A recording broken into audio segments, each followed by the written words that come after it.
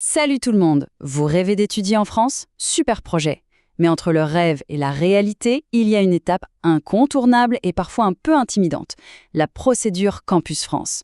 Pas de panique, aujourd'hui on va décortiquer tout ça ensemble, étape par étape, pour que votre projet devienne une réalité. Allez, c'est parti.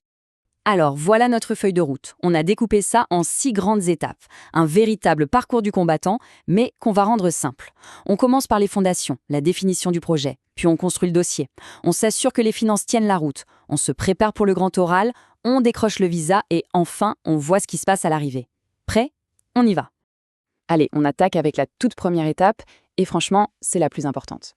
Avant même de toucher à un formulaire, il faut savoir où l'on va. Un projet d'études qui est solide, qui est cohérent, c'est la base de tout. C'est ce qui va donner du sens à toute votre démarche. Mais au fait, Campus France, c'est quoi exactement? Eh bien, imaginez-le comme le grand chef d'orchestre de votre projet. C'est l'organisme officiel, obligatoire, qui fait le lien entre vous, les universités et le consulat. Son rôle? Évaluer votre projet. Et croyez-moi, son avis pèse très très lourd dans la décision finale pour le visa. Et attention, le choix est gigantesque. Plus de 36 000 formations sont listées dans leur catalogue. Oui, vous avez bien entendu. Ça veut dire qu'il faut se retrousser les manches et chercher, comparer, analyser pour trouver les programmes qui collent parfaitement à votre projet. C'est une phase d'exploration qui est juste essentielle. Ok, avant de foncer tête baissée, petit moment de vérité. Il faut faire une sorte d'auto-évaluation, être honnête avec soi-même. Les universités, elles, regardent les notes de près. Avoir une moyenne autour de 12 sur 20, c'est souvent un bon signal. Un parcours fluide, sans trop de redoublement, c'est aussi un gros plus. Ça montre que vous êtes sérieux et capable de réussir. Ensuite, la langue. Forcément, pour la majorité des cursus, il va falloir prouver son niveau de français. Ce n'est pas une option. Le processus est simple. D'abord, on identifie le bon test, TCF, DELF ou DALF. Puis, on s'inscrit en ligne, on se prépare bien, on passe l'examen et on met cette fameuse attestation dans le dossier. C'est une pièce maîtresse. Bon, le projet est clair, la langue est certifiée. Maintenant, on passe aux choses sérieuses. Le dossier en ligne sur la plateforme Études en France. Là, chaque détail compte. Chaque document que vous téléchargez, chaque information que vous saisissez. C'est une étape qui demande de la rigueur et beaucoup de précision. Et là, attention, sujet ultra sensible. Le calendrier. Les dates limites, c'est sacré. Il n'y a aucune négociation possible. Si vous visez une première année de licence, le 15 décembre, c'est la date à ne pas manquer. Rater une échéance, c'est souvent devoir attendre une année de plus. Donc, on note tout ça et on s'organise. Il y a aussi des règles du jeu pour les vœux. On ne peut pas postuler à tout et n'importe quoi. Le maximum, c'est 7 choix au total. Mais attention, à l'intérieur de ces 7, il y a des limites. 3 maximum pour une licence 1 et 2 pour les écoles d'architecture. Il faut donc être malin et bien cibler ses candidatures. Alors là, écoutez bien parce que c'est sans doute le conseil le plus précieux de toute la procédure.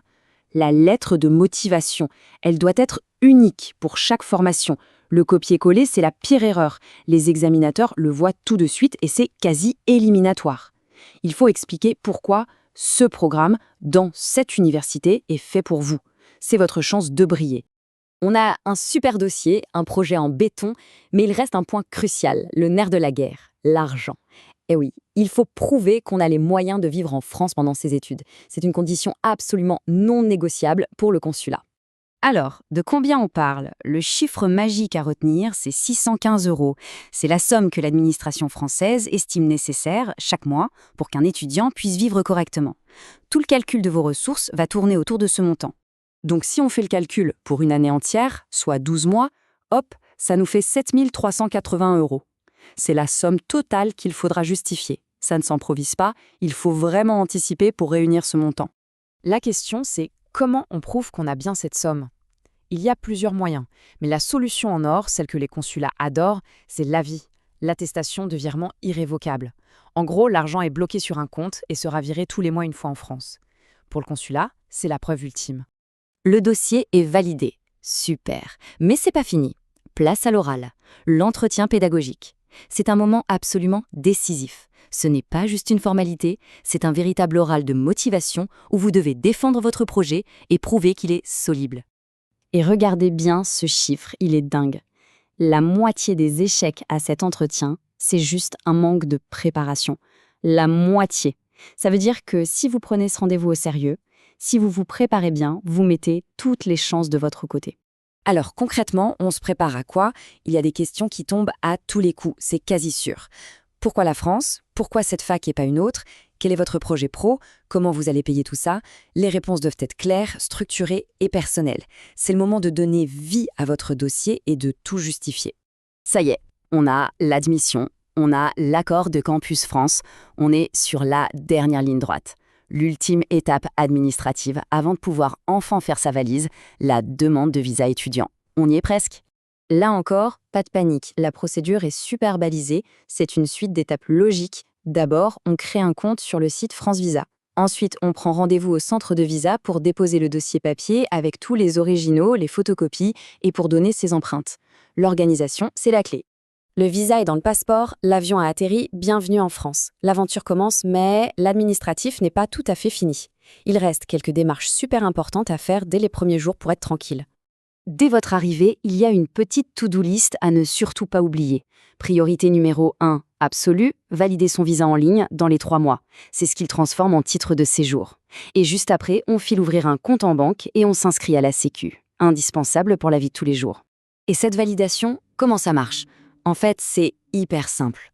Tout se fait en ligne sur un portail du gouvernement qui s'appelle l'ANEF. Il faut acheter un timbre fiscal de 50 € en ligne et c'est tout. Mais attention, c'est obligatoire pour être en règle et résider légalement en France. Et voilà, on a fait le tour. Le chemin est peut-être long, il demande de la rigueur, de l'organisation, c'est sûr, mais l'objectif en vaut vraiment la peine. Maintenant, vous avez toutes les cartes en main. La seule question qui reste, c'est l'aventure, elle commence quand?